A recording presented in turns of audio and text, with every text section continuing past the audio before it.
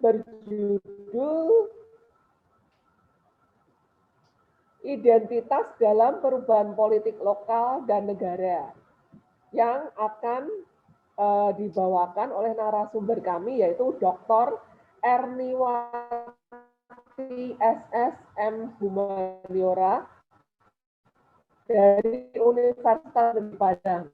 Ibu Erni, apakah sudah bersama kami? Islam sudah bersedia hadir dalam webinar Budaya Tionghoa kali.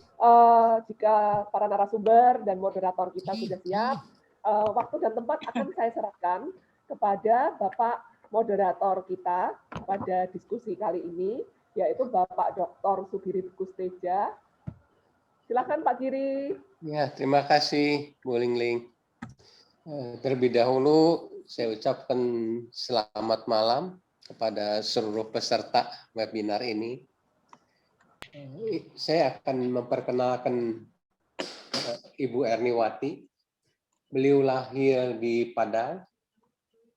Ibu Erniwati menekuni sejarah Tionghoa Indonesia, khususnya Tionghoa Padang, sejak menyelesaikan skripsi yang berjudul Perhimpunan Kematian Tionghoa, tinjauan terhadap aktivitas sosial budaya Himpunan Bersatu Teguh di Padang, tahun 1965 sampai dengan 1990.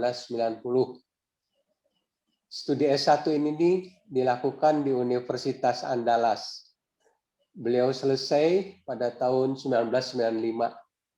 Kemudian melanjutkan studi di program studi ilmu sejarah, program pasca sarjana Universitas Gadjah Mada. Menyelesaikan tesis dengan judul Asep-hyo di Ranah Minang, Komunitas Tionghoa di Sumatera Barat. Beliau melanjutkan lagi pada jenjang S3, dilanjutkan di studi ilmu sejarah Fakultas Ilmu Budaya Universitas Indonesia. Disertasi yang diselesaikannya berjudul Cina Padang dalam Dinamika Masyarakat Minangkabau, dari Revolusi sampai Reformasi. Sekarang kegiatan sehari-hari sebagai staf pengajar di jurusan Sejarah Fakultas Ilmu Sosial Universitas Negeri Padang. Banyak buku yang telah diterbit. Antaranya tahun 2007, Asep-hyo di Ranah Minang, Komunitas Tionghoa di Sumatera Barat. Ini tesisnya ya. Kemudian pada tahun yang sama, Budaya dan Pariwisata, studi tentang multikultural di Kota Bukit Tinggi. Pada tahun 2016, terbit bukunya 140 tahun Eng Beng Tong, Sejarah Perkumpulan Tionghoa dari tahun 1876 sampai dengan tahun 2016. Kemudian tahun 2017 terbit buku beliau Hasan Basri, Perjalanan Birokrat Sejati. Dilanjutkan pada tahun 2019 Semaun Bakri, Berjuang untuk Republik hingga Akhir Hayat. Dan yang terakhir, dan bukan yang belum diteruskan lagi ya, tahun ini Menghisap Tembakau di Sumatera Barat. Bisa ditunggu tahun-tahun berikut dan buku-buku baru lainnya ya, Ibu. Terima kasih. Silahkan Bu, layar dan waktu untuk Ibu.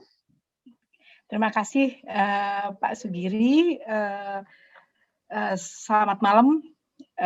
Assalamualaikum warahmatullahi wabarakatuh. Yang saya hormati tentu pimpinan komunitas budaya Tionghoa kita, Bapak moderator kita Dr. Sugiri Suteja, teman-teman yang tergabung dalam komunitas budaya Tionghoa, dan Bapak Ibu yang tergabung di dalam webinar dengan tema Pasang Surut Identitas Tionghoa Indonesia dari Masa ke Masa yang diselenggarakan oleh komunitas Tionghoa oleh komunitas budaya Tionghoa dari tanggal 5 sampai tanggal 7 Maret 2021. Saya terus terang sangat menyambut acara ini dengan luar biasa karena budaya Tionghoa sangat saya mengikuti kegiatan postingan di Facebook dan di media sosial lainnya. Tema tentang identitas Tionghoa Indonesia itu sangat menarik dan itu sampai sekarang kita selalu mempertanyakan siapa sih Tionghoa Indonesia? Nah, itu kan selalu pertanyaan yang mungkin kita perlu tanyakan kepada diri kita sendiri dan sulit untuk menjawabnya karena sebagaimana dipahami oleh masyarakat umum selama ini bahwa etnis Tionghoa di Indonesia itu adalah kelompok yang homogen dan sama di seluruh Indonesia dengan generalisasi dan stereotip yang berbagai macam. Nah, padahal sebetulnya jika kita telusuri lebih dalam, etnis Tionghoa itu bukanlah komunitas yang homogen. Mereka memiliki perbedaan dari berbagai aspek, baik dari aspek asal-usul, kemudian dari aspek waktu kedatangan, maupun dari aspek lainnya.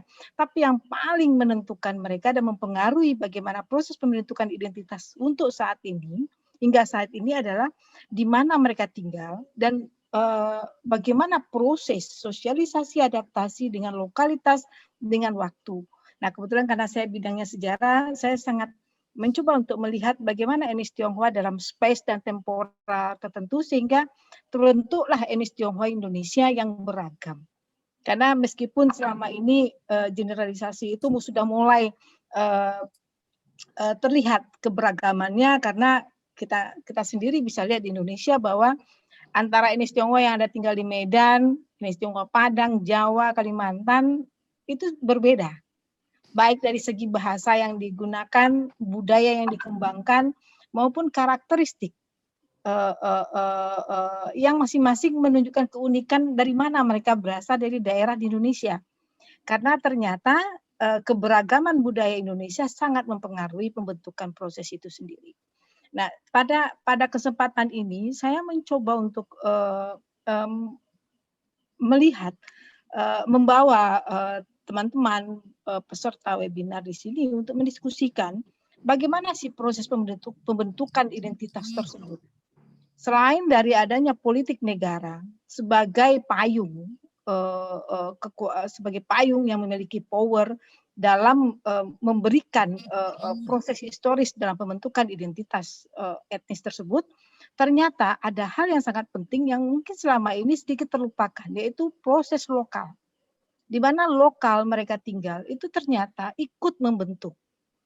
Nah, sejak kapan? Tentu kita nggak bisa lihat pada periode pada saat ini saja. Kita bisa lihat, saya akan coba untuk tayangkan. Oke, kita coba lihat sejak kapan sebetulnya etnis Tionghoa itu memulai membentuk identitas mereka. Kita bisa lihat bahwa sebetulnya jauh sebelum pemerintah Hindia Belanda. Jauh sebelum pemerintah Hindia Belanda membuat berbagai aturannya terhadap masyarakat yang ada di Hindia Belanda, etnis Tionghoa dengan masyarakat Indonesia atau Nusantara pada waktu itu sudah memiliki hubungan yang sangat luar biasa. Hubungan historis ini berlangsung sangat jauh sekali. Kita nanti akan lihat sejauh mana sebetulnya.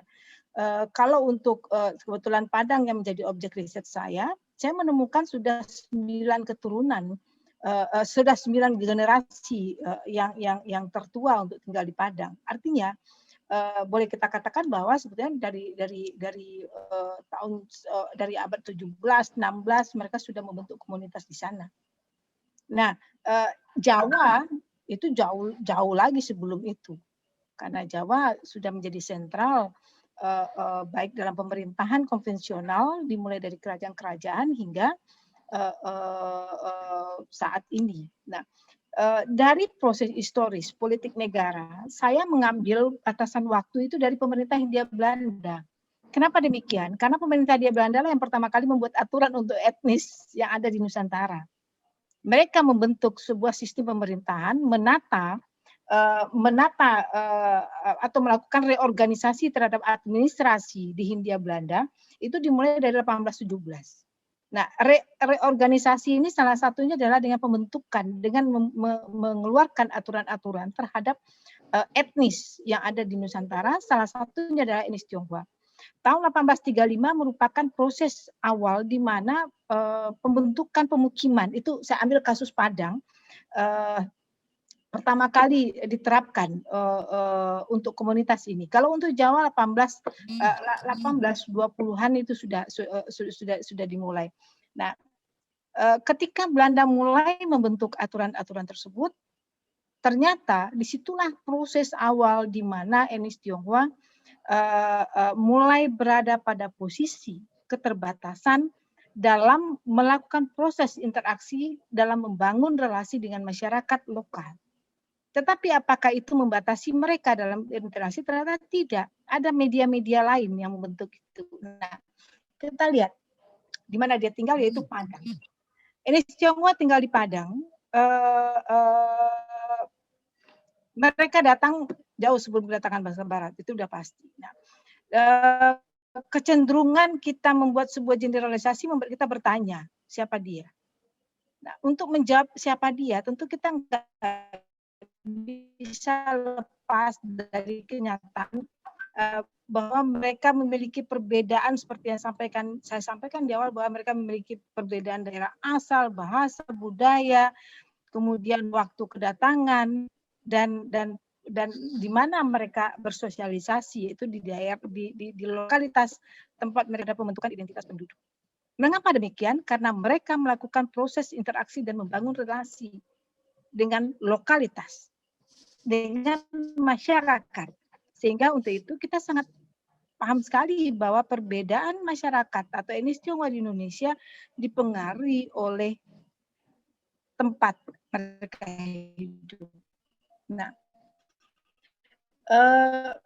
kemudian kita lihat Padang itu merupakan salah satu cukup besar setelah Medan dan Palembang yang ada di Pulau Sumatera. Sebetulnya Padang merupakan daerah kecil. Padang daerah kota kecil yang berada di pantai barat Sumatera, yang dulunya merupakan daerah kosong dan dihuni oleh masyarakat dari berbagai etnis. Nah, pluralitas posisi Padang yang berada di pantai itu menyebabkan proses datangnya etnis Tionghoa itu ke Padang juga dipengaruhi oleh proses waktu. Nah, saya mengambil fase kedatangan itu berdasarkan kepada 3 fase. Ada fase kedatangan bangsa Eropa, ada fase pemerintah Hindia Belanda. Nah, ketiga fase ini membentuk etnis Tionghoa yang ada di Padang. Karena itu etnis Tionghoa Padang juga terkelompok atas kelompok yang peranakan yang masih perlu kita pertanyakan konsepnya dan toto. Nah, peranakan saya lihat dari fase ini itu mulai dari kerajaan sampai masa kedatangan bangsa Eropa. Nah, untuk yang kelompok toto itu datang ketika fase pemerintah Hindia Belanda saat Belanda membuka tambang. Kalau untuk Sumatera Barat ada tambang batu bara, sehingga rombongan kedatangan pekerja itu membentuk sebuah komunitas tersendiri yang kemudian menjadi bagian dari etnis Tionghoa yang ada di Padang dengan karakter budaya yang masih kental dengan daerah asal mereka. Nah, kemudian kita lihat bagaimana proses ini. Tentu etnis Tionghoa dimulai dengan adanya perdagangan dengan kerajaan, salah satu adalah dengan kerajaan Minangkabau, dan di dalam Minangkabau kita menemukan banyak peninggalan seperti keramik dan budaya Minangkabau yang juga memiliki kemiripan dengan budaya Tionghoa seperti Sulaman. Kita menemukan bahwa Sulaman Minangkabau juga punya motif yang hampir mirip dengan motif Sulaman masyarakat Tionghoa yang ada di Tiongkok. Nah, kemudian juga adat pakaian adat seperti sunting itu juga memiliki karakteristik yang sama dengan motif dan warnanya dengan pakaian adatnya orang-orang di Tiongkok. Nah, kemudian proses hubungan yang diawali dengan hubungan dagang ini ternyata sampai saat ini membuat etnis Tionghoa di Padang dengan orang Minangkabau yang juga identik dengan pedagang ternyata memiliki hubungan yang sangat harmonis. Saya berani mengatakan hal itu karena boleh dikatakan dalam perjalanan sejarah saya tidak menemukan adanya konflik terbuka antara etnis Tionghoa dengan orang Padang. Kecuali yang dimobilisasi atau dipolitisir oleh oknum-oknum tertentu. Sehingga itu bisa dikategorikan sebagai sebuah tindakan boleh dikatakan kekerasan atau kriminal. Nah, etnis Tionghoa Padang, kapankah mereka mulai membentuk komunitas? Itu ketika pemerintah Hindia Belanda. Seperti yang disampaikan di awal, pemerintah Hindia Belanda melakukan reorganisasi administrasi, di mana dia menata penduduk pemerintah Hindia Belanda menjadi kelompok-kelompok yang membedakan antara orang Tionghoa dengan etnis lainnya. Salah satunya adalah kelompok pribumi. Nah, kebijakan pertama yang diterapkan oleh pemerintah Hindia Belanda adalah ternyata sistem perkampungan atau yang kita kenal dengan Chinese Camp. Chinese Camp untuk di Padang itu pertama kali diterapkan tahun 1835. Kemudian terbentuklah kampung kalau bagi kami di Padang namanya Kampung Bondo. Nah, dengan karakteristik yang sangat kental dengan budaya Tionghoa. Di Kampung Pondok ternyata tidak hanya manusianya saja yang dikelompokkan, tetapi di sana sangat kompleks sekali. Berbagai aspek kehidupan baik politik, ekonomi, budaya sosial, dan agama kita temukan di sana. Secara politik, Belanda membentuk yang namanya Chinese Bestuur. Chinese Bestuur memberikan merupakan sebuah sistem di mana etnis Tionghoa bisa mengatur masyarakatnya sendiri dengan struktur kepemimpinannya yang dimulai nanti dengan adanya mayor, kapiten, letnan. Nah, di bawahnya ternyata juga ada kepala kampung yang terdiri dari berbagai kelompok-kelompok sehingga etnis Tionghoa betul-betul bisa dikelola, dikoordinir, dipantau oleh pemerintah. Nah, dari sudut pandang masyarakat ini merupakan sebuah keistimewaan yang diberikan oleh pemerintah Belanda. Tapi sebetulnya dalam kenyataannya struktur masyarakat kolonial ini ternyata sebuah proses diskriminasi yang dilakukan oleh pemerintah kolonial dalam banyak hal, mulai dari aspek hukum pendudukan sampai dalam aspek ekonomi. Hak-hak istimewa diberikan, tetapi ternyata hak istimewa itu tujuannya adalah untuk kontrol dan untuk menambah income atau kas Belanda. Nah, itu yang selama ini yang stigma yang tidak dipahami oleh masyarakat umum.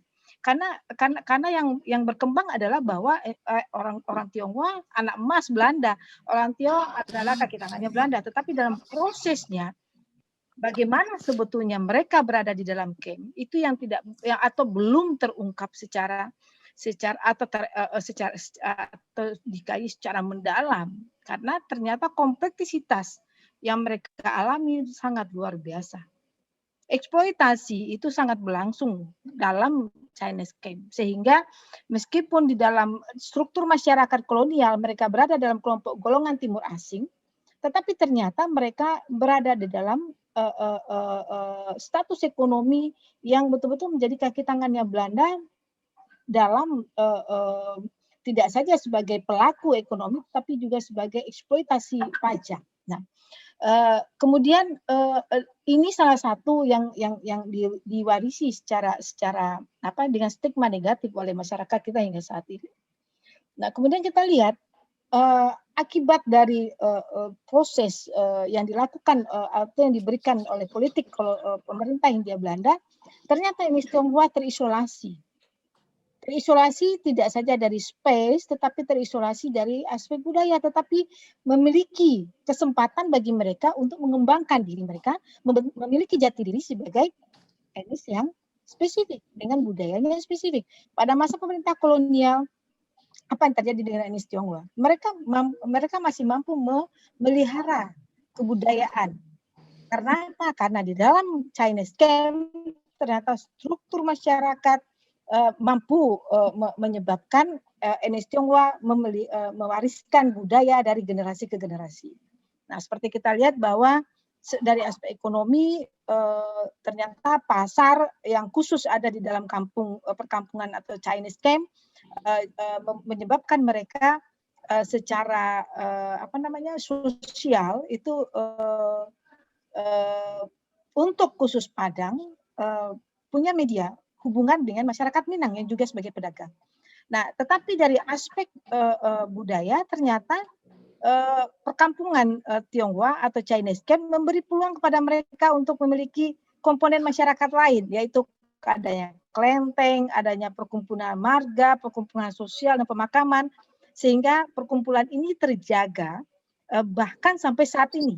Mengapa demikian? Ternyata politik pemerintah Hindia Belanda tetap bertahan hingga saat ini, meskipun secara kuantitas jumlah penduduk dari etnis Tionghoa semakin meningkat dan mereka melakukan perluasan pemukiman keluar dari perkampungan Tionghoa, tetapi ternyata karena adanya komponen masyarakat yang lengkap di dalam kampung Tionghoa menyebabkan secara sosial, ekonomi, budaya maupun agama, bahkan politik, etnis Tionghoa tetap terkonsentrasi di dalam Chinese camp yang dibentuk oleh pemerintah kolonial.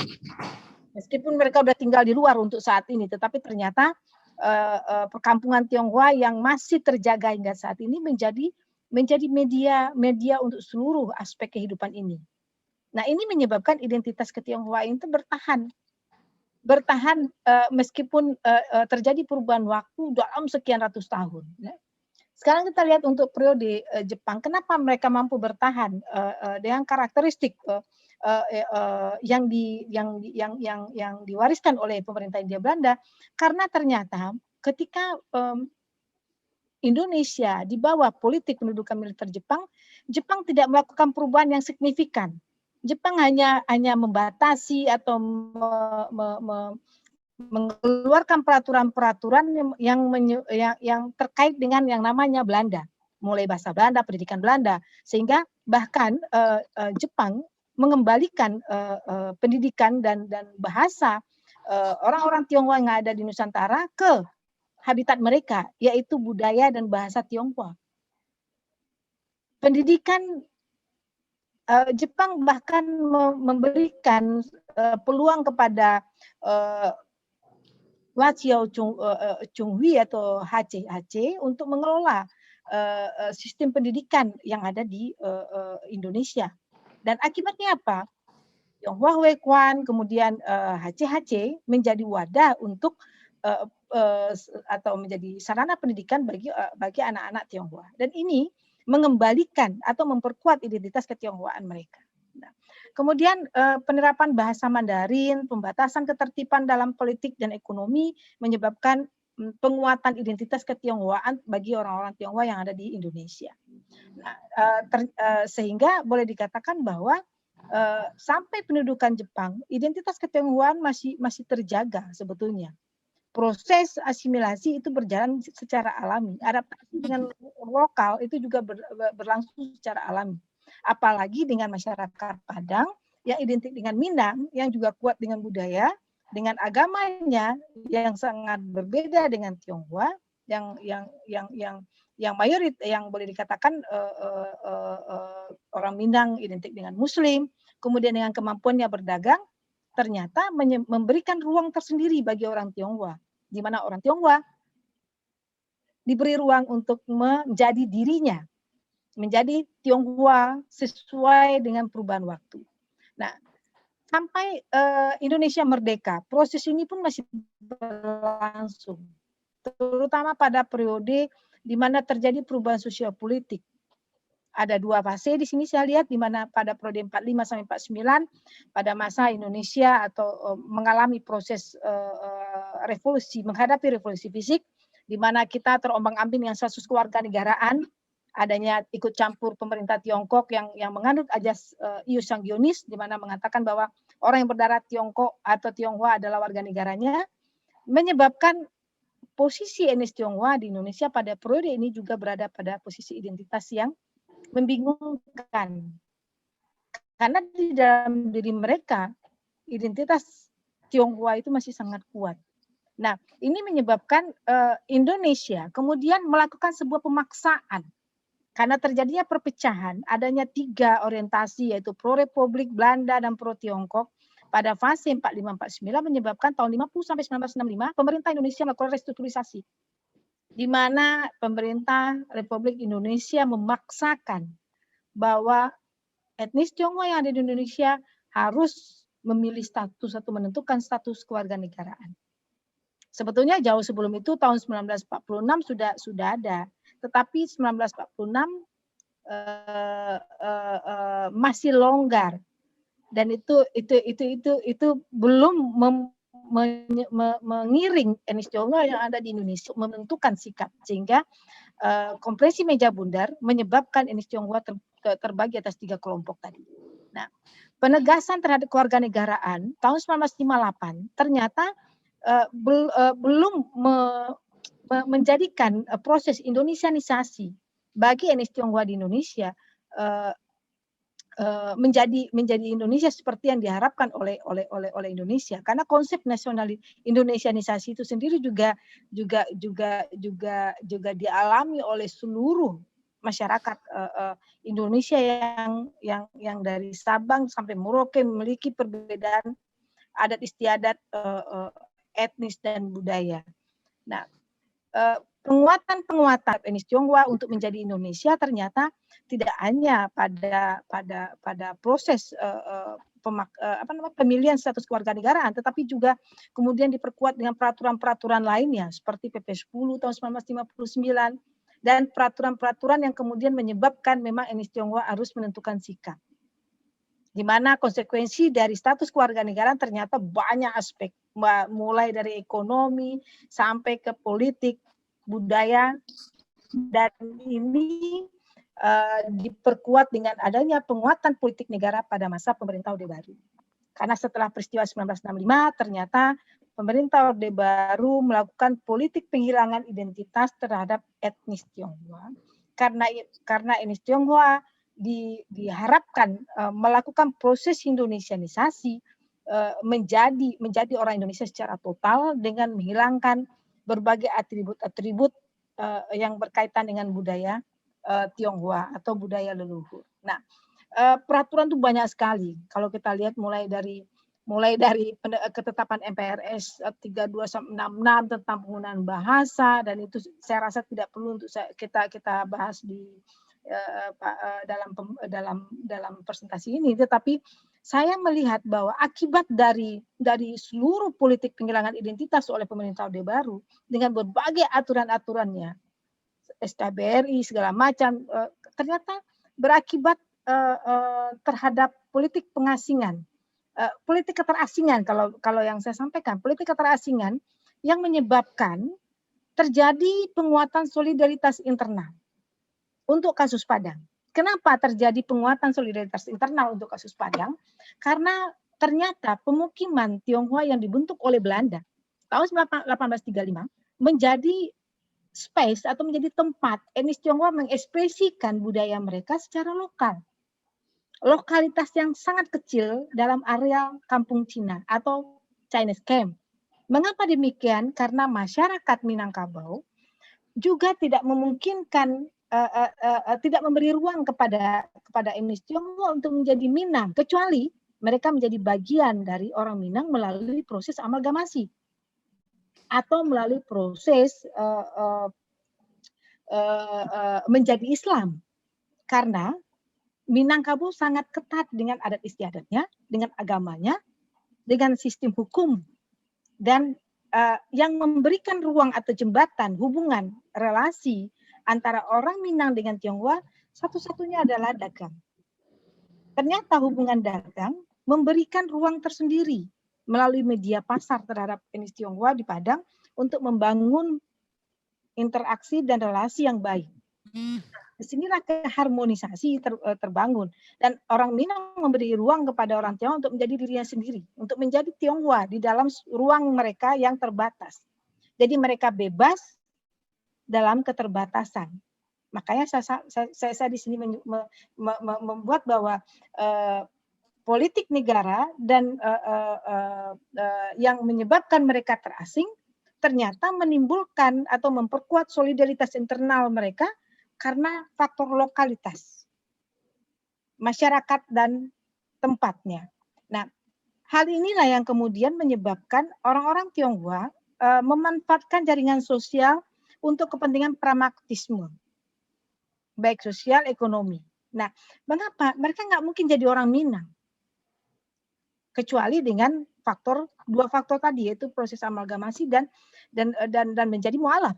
Dan mereka juga tidak akan bisa untuk mengembangkan space mereka kalau mereka tidak memiliki jaringan-jaringan. Nah, jaringan sosial itulah yang kemudian memberi ruang pada etnis Tionghoa.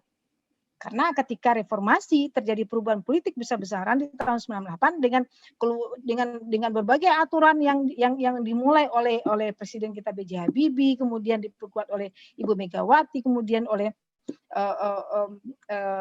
terutama yang spektakuler adalah oleh Presiden kita Gus Dur, yang memberikan betul-betul ruang kepada etnis Tionghoa untuk menjadi Tionghoa kembali. Nah, etnis Tionghoa Padang ternyata tidak perlu mencari jati dirinya keluar, karena mengapa? Mereka sudah punya identitas ketionghoaan mereka. Nah, identitas ketionghoaan mereka yang sudah terbentuk begitu lama menjadikan mereka berbeda ternyata ketika berada di panggung nasional. Mereka tidak bisa bahasa Mandarin, karena proses adaptasi mereka dengan orang Minang melalui perdagangan menyebabkan mereka menggunakan bahasa khusus, yaitu bahasa pondok. Yang dikenal Mas. Nah, konsentrasi pemukiman ternyata juga menyebabkan mereka memiliki keterbatasan ruang dan ini mempengaruhi aktivitas kehidupan sosial, budaya, ekonomi, dan politik. Berada dalam ruang terbatas mereka semuanya. Nah, kemudian tata bangunan dan ruang kampung Tionghoa yang masih bersirikan elemen budaya Tionghoa, mereka secara psikologis mereka masih memiliki keterikatan psikologis terhadap budaya leluhur, karena mereka nggak lepas dari itu. Nah, aktivitas budaya yang terkontasi di kampung Tionghoa ternyata menjadikan mereka percaya diri ketika era reformasi memberi mereka peluang untuk menjadi Tionghoa Padang, bukan lagi Tionghoa Indonesia, tapi Tionghoa Padang. Jadi boleh dikatakan bahwa yang ada di dalam jati diri mereka ketika era reformasi tidak lagi saya adalah Tionghoa Indonesia, tidak, tapi saya dari Padang. Ketika berada ada di pentas nasional maupun di internasional. Kalau orang bertanya kamu dari mana, saya dari Padang. Nah, kata itu yang keluar. Saya mencoba untuk melakukan studi komparasi dengan Medan. Ternyata Medan sangat kental, dan orang Tionghoa Padang sangat minder dengan orang Tionghoa Medan. Kenapa? Karena mereka tidak mengerti dengan bahasa daerah mereka. Begitu juga kalau mereka udah belanja ke Glodok atau belanja ke Mangga Dua, ketika diajak untuk menggunakan bahasa Hokkien, bahasa Mandarin, mereka akan mundur dengan malu. Kenapa? Mereka nggak bisa. Nah, ini ternyata sangat dipengaruhi oleh peluang yang diberikan, ruang yang diberikan oleh orang Minang yang ada di Padang tentang bagaimana mereka untuk menjadi diri mereka sendiri. Nah, dari kesimpulan yang saya sampaikan tadi, bahwa bisa kita lihat bahwa mengapa orang etnis Tionghoa Padang memiliki karakter yang berbeda dengan etnis Tionghoa di daerah lainnya, itu tidak terlepas dari ada dua faktor, yaitu intern dan ekstern, di mana warisan politik Hindia Belanda. Warisan politik kolonialnya dengan berbagai komponen masyarakat yang ada di perkampungan Tionghoa yang terawat, kemudian dipengaruhi oleh ikatan-ikatan mereka yang terbangun di dalam melalui perkumpulan marga, perkumpulan sosial budaya dan pemakaman yang sampai saat ini masih menjalankan ritual-ritual budaya meskipun mereka tidak bisa berbahasa, tetapi tulisan-tulisan yang terpajang di dalam rumah perkumpulan itu masih menggunakan bahasa Mandarin atau bahasa Tionghoa. Nah, kemudian secara ekstern, ternyata lokalitas Padang yang didominasi oleh orang Minang yang identik dengan Muslim, ada istiadat dan kalangan pedagang memberi ruang kepada mereka. Nah, politik negara Indonesia yang juga dikatakan sebagai politik diskriminasi oleh masyarakat umum ternyata juga memberi ruang kepada etnis Tionghoa untuk menjadi dirinya. Meskipun dengan proses, kenapa? Ternyata politik negara menjalankan aturannya secara administratif, implementasinya di daerah belum tentu. Nah, jadi mungkin kita banyak hal yang bisa kita diskusikan dari sini karena saya melihat Bapak dan Ibu adalah semua pemerhati dari Tionghoa, budaya Tionghoa Indonesia, dan kita berharap malam ini kita bisa diskusikan bagaimana sebetulnya identitas etnis Tionghoa Indonesia. Demikian mungkin Pak Moderator, terima kasih banyak. Selamat malam. Luar biasa. Dalam 45 menit, sejarah kedatangan pembentukan masyarakat tertutup di Makassar, di Padang, sampai pembentukan suatu budaya tersendiri, Tionghoa Padang, yang sulit berkomunikasi dengan sesama rekannya di Medan atau di Glodok. Ini luar biasa sekali, tapi ya catatan saya cukup panjang, tapi saya pikir lebih baik waktunya digunakan untuk diskusi. Mari silahkan dari para peserta, barangkali ada yang ingin bertanya.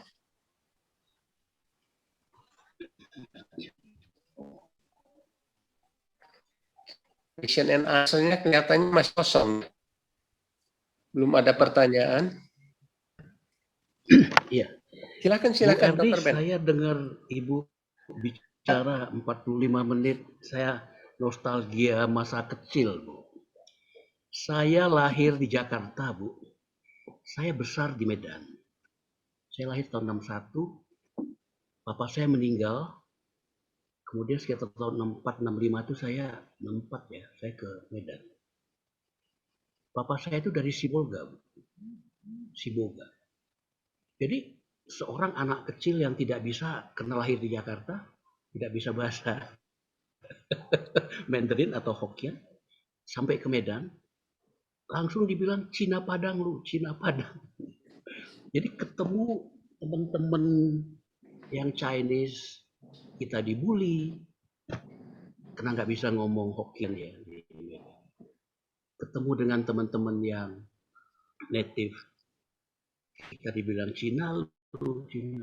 Saya teringat sekali itu. Jadi, dan Ibu tadi menyampaikan dengan sangat luas ya, sangat komprehensif. Karena kalau orang yang tidak pernah mengalami ini, Bu, tadi, yang tidak tahu dengan Cina Padang ini, mungkin mereka anggap sama saja. Memang kalau Cina Padang ini entitas khusus, dia sudah merasa dia pribumi, dia sudah merasa dia ini. Hanya memang dia ini dengan ini Tionghoa ya, yang dia berusaha pertahankan ini. Bu, itu aja komentar saya, Bu. Itu saya dengerin semua tadi dan itu bagus sekali. Mungkin jangan hanya di forum ini, Bu, mungkin bikin forum lebih luas lagi, Bu. Biar memang Cina Padang ini agak beda. Akhirnya saya coba belajar bahasa, Bu. Saya coba itu. Tapi tetap juga nggak bisa. Selesai saya tamat dokter, saya masuk tentara. Dan kemudian ya menjadi identitas baru lagi seperti Ibu bilang tadi. Lingkungan segala macam. Itu aja, Bu. Terima kasih. Bagus sekali, Bu. Terima kasih. Terima kasih, Dr. Ben. Saya rasa pendapat Anda membawa intisari dari para peserta ini. Sangat setuju dengan pendapat itu. Silahkan yang lainnya. Bebas saja untuk berdiskusi. Biasanya forum budaya Tionghoa ini intens dengan diskusi. Harusnya sekarang tidak boleh berkurang. Silakan. Pak Ardiani juga tergelitik untuk bertanya. Silakan Pak Ardiani. Terima kasih Pak Sugiri. Selamat malam Ibu Erni. Selamat malam Pak Ardian. Saya berterima kasih atas Ibu Erni undangannya ke Padang sehingga saya bisa masuk ke ruangan paling rahasia di Kongsi, Bu. Nah ini nih, Mas Ardian sudah coba membuka. Iya, tapi ya begini Bu, waktu saya melihat ada beberapa kasus kongsi-kongsi di berbagai wilayah gitu, ternyata mereka itu saling bertempur itu lebih karena perbedaan kampung halaman ya Bu ya. Jadi mungkin HBT dengan HTT itu latar belakang mereka itu dari kampung yang berbeda.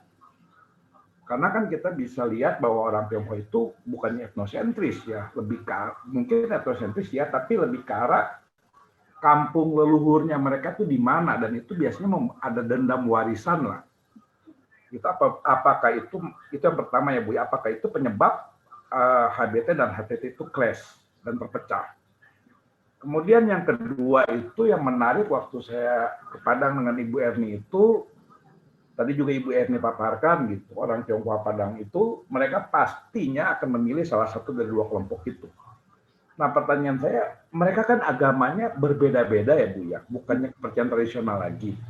Jadi bagaimana mereka menyikapi yang bagi yang tidak melaksanakan agama atau kepercayaan orang Tionghoa itu bisa masuk dalam berbagai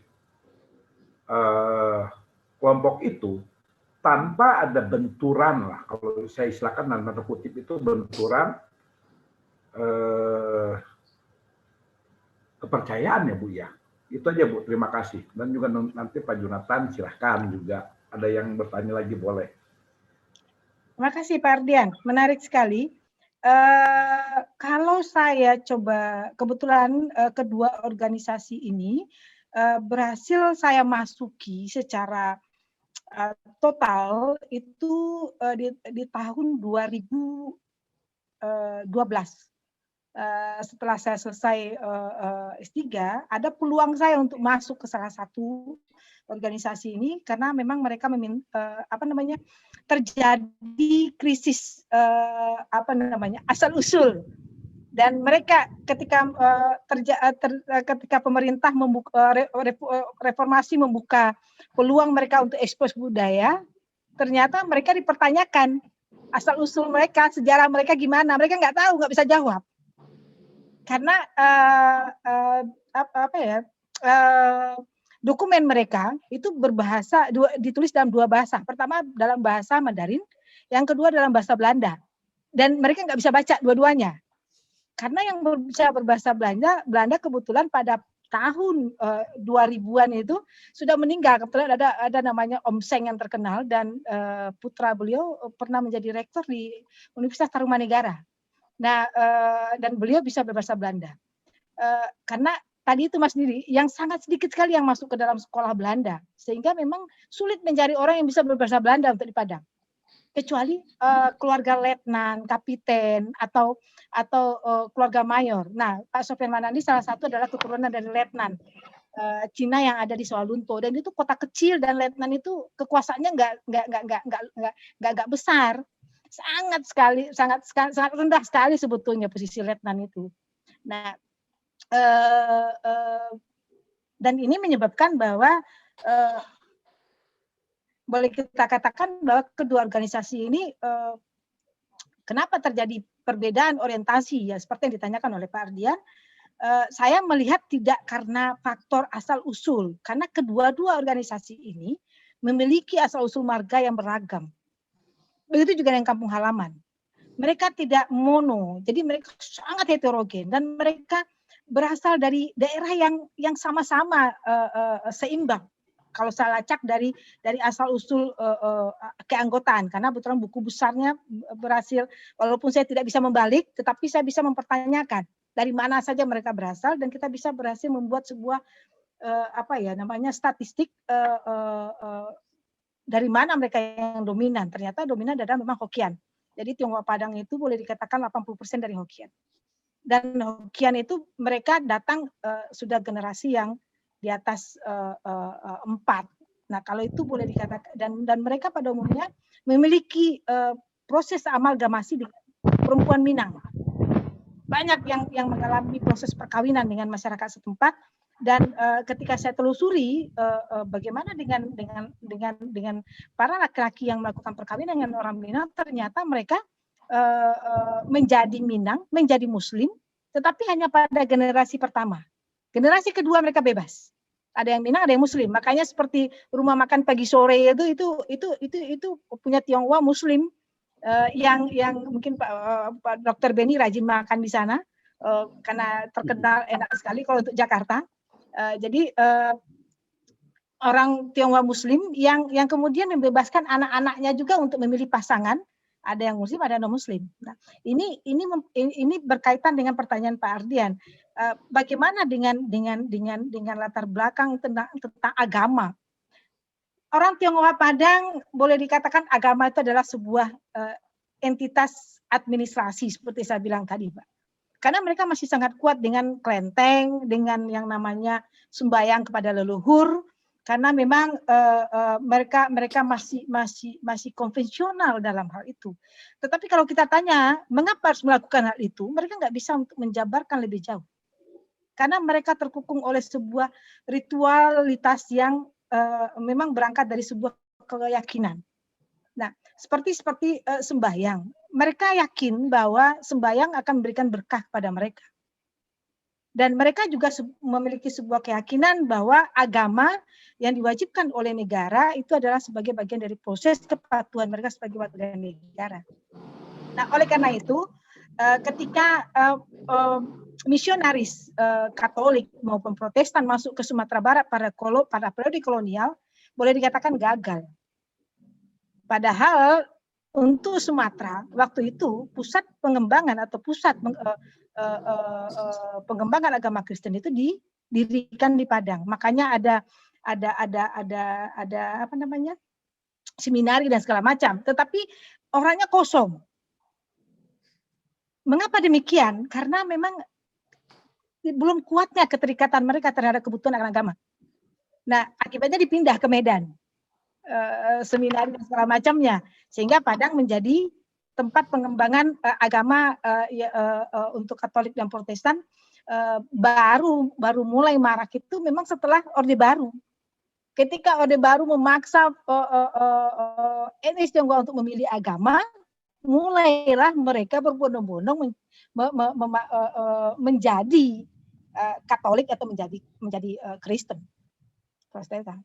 Nah, waktu itu Buddha belum, karena Buddha juga termasuk agama yang terakhir baru berkembang di Padang.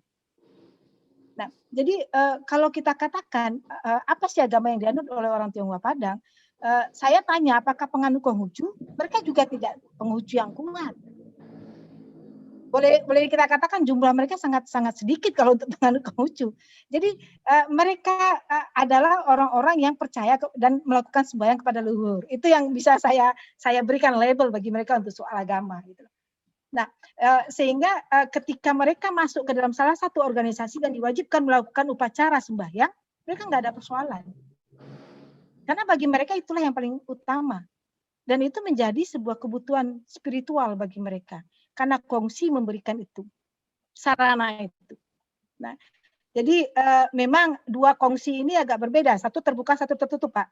Kalau yang dimasuki oleh Pak Ardian itu adalah Hotek Tong. Hotek Tong embrionya, kalau dari saya telusuri dari historis mereka adalah kelompok pedagang, kelompok cukong, yang memiliki apa namanya gaya hidup yang lebih high. Kemudian mereka punya ikatan yang kuat dengan Tiongkok dan dengan orang Belanda, dengan pedagang Belanda.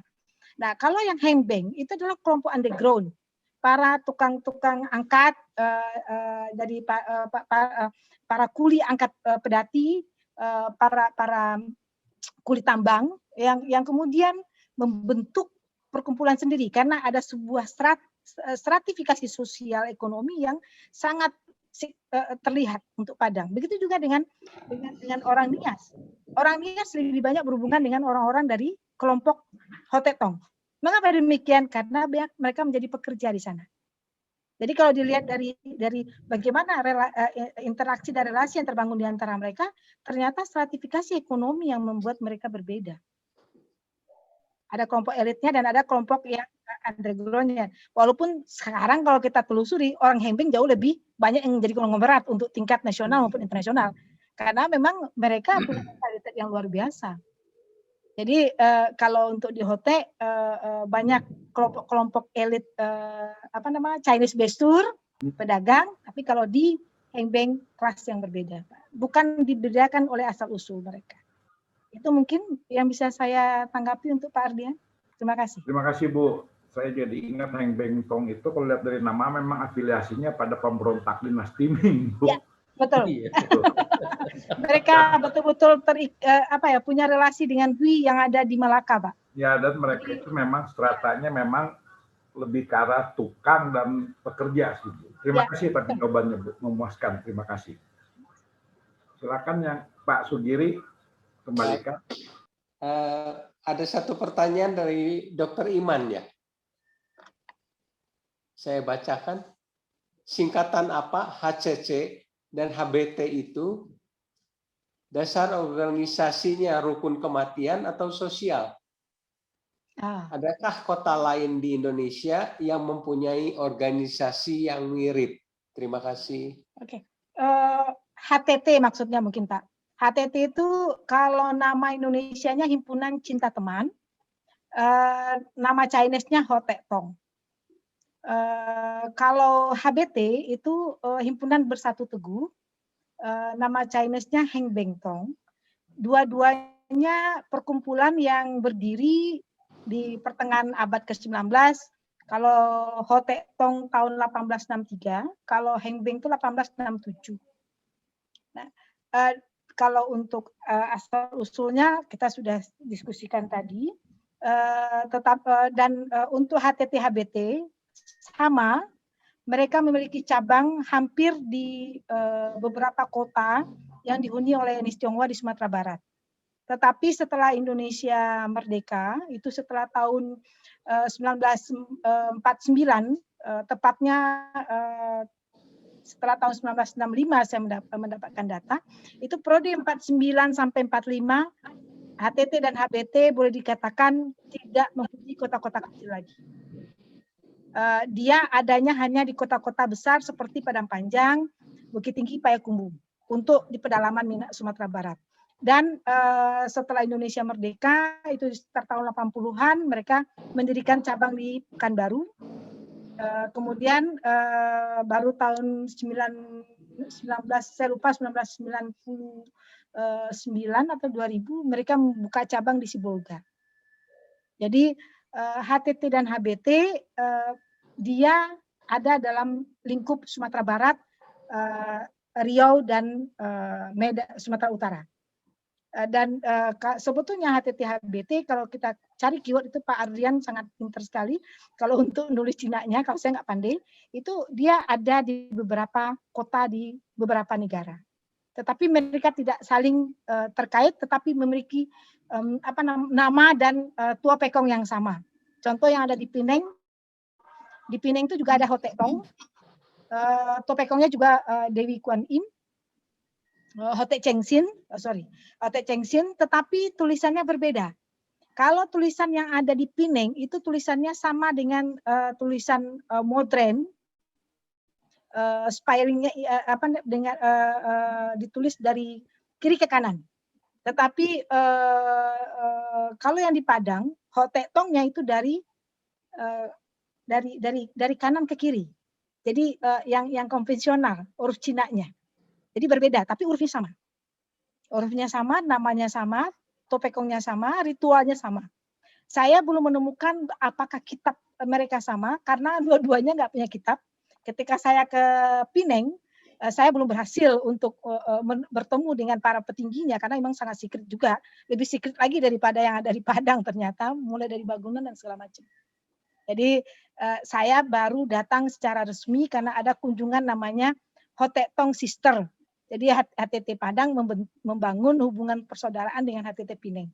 Kebetulan saya dibawa ke sana dan mencoba untuk menelusuri historis mereka, betul-betul sangat sulit untuk menelusurinya. Terima kasih. Terima kasih. Masih Pak. Bu, boleh tanya, Bu? Ya, silakan Pak Dr. Ben. Ya, Bu, sekarang ini populasi Cina Padang di sana itu berapa?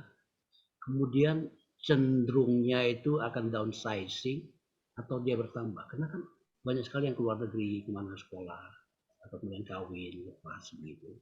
Nah, ini cenderung dia akan bertahan entitas ini atau pelan-pelan dia akan hilang? Dia akan berkembang. Oke. Tionghoa Padang itu dia statis ya Pak ya.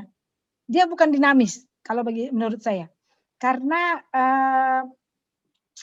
secara jumlah mereka sebenarnya sangat sedikit. Walaupun dia termasuk etnis nomor 2 setelah Minangkabau. Setelah orang Minang, dia termasuk secara komposisi penduduk Tionghoa Padang nomor 2 terbanyak untuk secara etnis. Dari waktu ke waktu stabil sebetulnya, karena setelah mereka sekolah SMA itu pada umumnya mereka banyak yang ke Jakarta atau keluarnya Singapura atau ke Amerika dan segala macam. Tetapi mereka masih memiliki keluarga di Padang. Contoh Pak Sofyan itu keluarganya masih ada di Padang. Jadi mereka masih punya rumah tua. Pak Franky walaupun dia sudah di Jakarta, sudah di Singapura basicnya, tetapi di Padang masih ada keluarganya Pak. Jadi mereka masih menganut sistem adat Minang itu dipakai sama mereka. Mereka patrilineal, tetapi ternyata emak ini sangat berperan. Orang Minang itu kan matrilineal ya, orang ibu itu berperan. Tapi ternyata orang Tionghoa Padang juga menganut itu. Emak itu menjadi tempat tujuan. Jadi ada dualisme paham dalam sistem kekerabatan Tionghoa Padang, meskipun itu tidak tertulis. Jadi perempuan tidak dimarginalkan untuk orang Minang. Dia punya tempat tersendiri, Pak. Walaupun secara ahli waris orang Minang itu lebih juga menganut patrilineal kuat. Karena itu di Padang itu kasus hak waris berantem itu sangat tinggi. Jadi notaris itu laku, Pak, kalau di Padang. Itu sejak zaman kolonial itu. Saya lihat datanya, wah, ternyata orang Tionghoa Padang pintar dari dulu, dia sudah biasa untuk membuat warisan secara akta notaris supaya nggak ribut gitu loh. Karena perempuan juga punya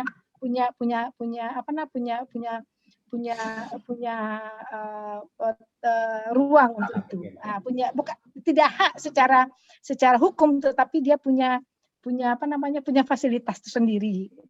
Sehingga pendidikan pun juga perempuan Tionghoa di Padang itu punya tidak didiskriminasi oleh keluarga.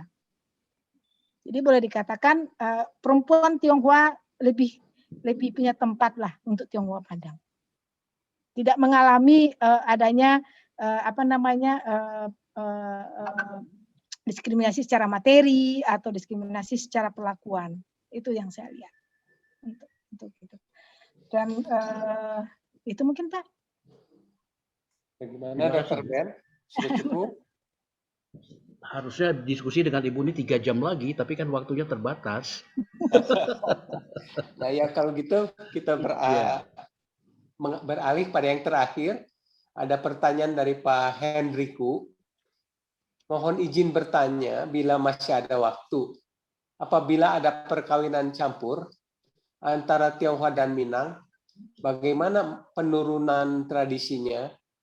Mengingat Tionghoa menganut patrilineal, sedangkan Minang menganut matrilineal. Apa pengaruhnya? Misalnya pada marga atau hak warisnya. Terima kasih. Terima kasih Pak Hendrikus. Ini menarik karena untuk di Padang, jika yang melakukan proses amalgamasi pihak perempuannya orang Minang, laki-lakinya orang Tionghoa, maka keturunannya ya pasti boleh dikatakan tuh Muslim. Dan itu dia juga akan masuk ke dalam kongsi tadi, Mbak. Jadi anggota kongsi Hengping Hote itu walaupun melakukan sembahyang secara ritual, banyak juga yang anggotanya orang Muslim. Karena kalau dia laki-laki, dia pasti masuk Hote atau Hengping. Jadi jika laki-lakinya orang Minang, perempuannya Muslim, perempuannya Tionghoa, dia juga pasti akan Muslim.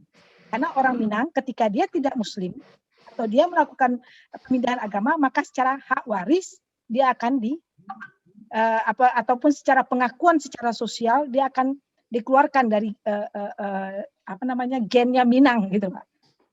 Baik secara materi maupun secara garis keturunan. Nah, itu yang terjadi. Nah, kebetulan beberapa kasus yang saya temukan, pada umumnya yang melakukan pernikahan dengan orang Minang melakukan menjadi Muslim. Dan secara waris, kalau laki-lakinya orang Tionghoa, pasti dia beruntung, Mbak. Karena tidak mempengaruhi secara dalam keluarga Tionghoa, karena keluarga Tionghoa Padang itu saya ketemukan ada yang Muslim dan satu keluarga ada yang Katolik, ada yang Buddha, ada yang Protestan. Seperti yang kita bahas di awal bahwa fanatisme terhadap agama itu tidak terlalu kuat, kecuali untuk orang-orang tertentu. Seperti ada Muslim Haji Beni, dia betul-betul menjaga keturunannya, bahkan kehidupan kesehariannya menjadi Muslim, dan dia keluar dari anggota Haji Beni tidak keluar dari Hotek atau Hembeng, karena Hembeng adalah bagian dari media sosial mereka. Karena kedua kongsi ini tidak melihat anggotanya dari segi keagamaan. Jadi boleh dikatakan perkawinan campur tidak mempengaruhi kewarisan, kecuali bagi karena memang hubungan antara orang Minang dengan Tionghoa itu boleh dikatakan saya melihat tidak terjadi sebuah krisis. Mereka saling menghargai. Bahkan rumah makan pun, warung-warung kopi yang dimiliki oleh orang Tionghoa, itu yang datang ke sana banyak orang Minang, Pak. Sebagai sarapan pagi. Dan mereka tidak takut atau tidak cemas, tidak mempertanyakan halal atau tidak halal, karena mereka yakin itu halal. Karena Tionghoa Padang sangat menjaga itu. Begitu juga dengan di pasar, tidak semua pasar menyediakan seperti daging babi. Daging babi hanya dijual oleh pasar kampung pondok atau pasar yang ada di kampung Tionghoa, dan itu pun tempatnya sangat khusus, tidak berbaur dengan penjual lainnya, sehingga begitu mereka menghargai. Jadi saya melihat bahwa Tionghoa Padang sangat menghargai hubungan relasi dengan orang Minang, dan agama menjadi tidak menjadi sesuatu hal yang menjadi penyebab mereka membatasi hubungan tadi, karena mereka punya nilai-nilai yang mereka jaga. Seperti yang saya sampaikan tadi bahwa pergeseran itu terjadi baru ketika Tionghoa datang dari luar, ketika memang etik-etik atau norma-norma atau nilai-nilai lokal itu tidak mereka pahami, sehingga yang melakukan protes bukan orang Minang saja, tetapi termasuk juga orang Tionghoa itu sendiri. Nah, etik itu juga dijaga oleh orang Nias dan orang Batak sekalipun. Karena memang akhirnya orang Nias dan orang Batak membentuk perkampungan di luar dari Kota Padang. Ketika mereka memang ingin melakukan ritual-ritual kebudayaan mereka yang berbeda dengan nilai-nilai lokal Minang.